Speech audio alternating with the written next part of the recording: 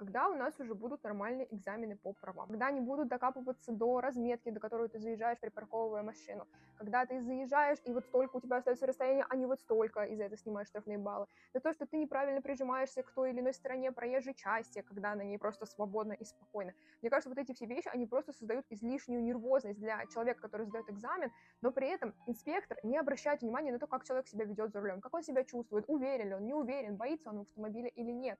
Вот что действительно должно быть важным. Насколько он внимателен, насколько сконцентрирован, насколько умеет оценить обстановку, а не тот, заедет он колесом на полосу сплошной линии, не заедет, когда это просто парковка.